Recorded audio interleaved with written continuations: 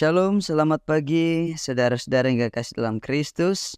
Selamat mempersiapkan diri untuk bersama beribadah dan terus memuliakan Tuhan. Kita berjumpa lagi dalam program Renungan Harian Toraya. Hari ini Minggu 18 Agustus 2024. Sebelum bersama kita membaca kitab Mazmur nomor 101 ayat 1 sampai ayat 8, mari kita berdoa. Dimuliakanlah Engkau Bapa di surga, terus menopang kehidupan kami. Saat ini ya Tuhan, kami bersyukur, memuji, memuliakan Tuhan. Dan kami mau menjalani hidup kami seturut dengan kehendak Tuhan. Kami berdoa bersama-sama untuk membaca dan mendengarkan firman-Mu di dalam Kristus. Amin. Mazmur nomor 101 ayatnya yang pertama sampai ayatnya yang ke-8. Seorang raja bernasar. Mazmur Daud. Aku hendak menyanyikan kasih setia dan hukum. Aku hendak bermazmur bagimu ya Tuhan. Aku hendak memperhatikan hidup yang tidak bercela. Bilakah Engkau datang kepadaku? Aku hendak hidup dalam ketulusan hatiku di dalam rumahku. Tiada ku taruh di depan mataku perkara dursila, perbuatan murtad aku benci, itu takkan melekat padaku. Hati yang bengkok akan menjauh daripadaku, kejahatan aku tidak mau tahu. Orang yang sembunyi-sembunyi mengumpat temannya, dia akan kubinasakan. Orang yang sombong dan tinggi hati, aku tidak suka. Mataku tertuju kepada orang-orang yang setiawan di negeri, supaya mereka diam bersama-sama dengan aku. Orang yang hidup dengan cara yang tidak bercela, aku akan melayani aku. Orang yang melakukan tipu daya tidak akan diam dalam rumahku. Orang yang berbicara dusta tidak akan tegak di depan mataku. Setiap pagi akan kubinasakan semua orang fasik di negeri. Akan kulenyapkan dari kota Tuhan semua orang yang melakukan kejahatan. Saudara-saudara yang kekasih dalam Kristus Yesus, melalui pembacaan ini kita mau belajar satu tema, karakter yang dikehendaki Allah. Pesiparan tunanga puang.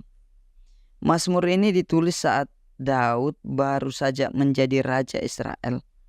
Penyalahgunaan kekuasaan dan kekacauan pada tahun-tahun terakhir pemerintahan Saul yang penuh masalah menjadi prioritas perubahan.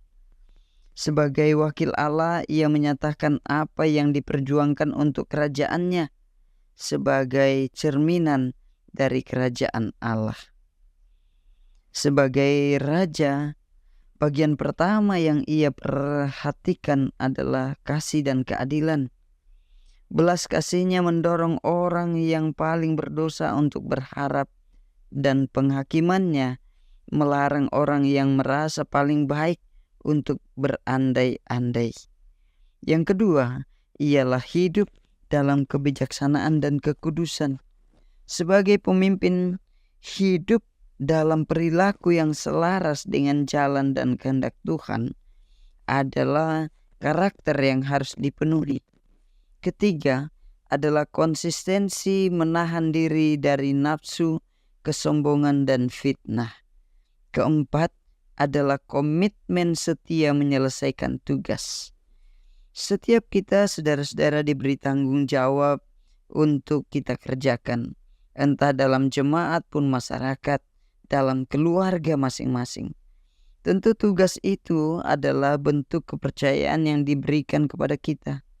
Kepercayaan yang tidak hanya datang dari orang yang memilih atau memberikan, tetapi juga berasal dari Allah sendiri. Tugas-tugas itu tidak hanya akan memperlihatkan karakter dan kepribadian kita, tapi juga menggambarkan tangan Allah yang memakai kita Karena itu 4 karakter dalam perikop ini akan menjadi karakter kita dalam memimpin dan melaksanakan tugas dan tanggung jawab yang diberikan kepada kita. Besar kecilnya tanggung jawab yang kita terima tidak dinilai dari siapa yang memberikan tugas tersebut, tetapi komitmen kita untuk menghadirkan karakter yang Tuhan kehendaki dalam diri kita.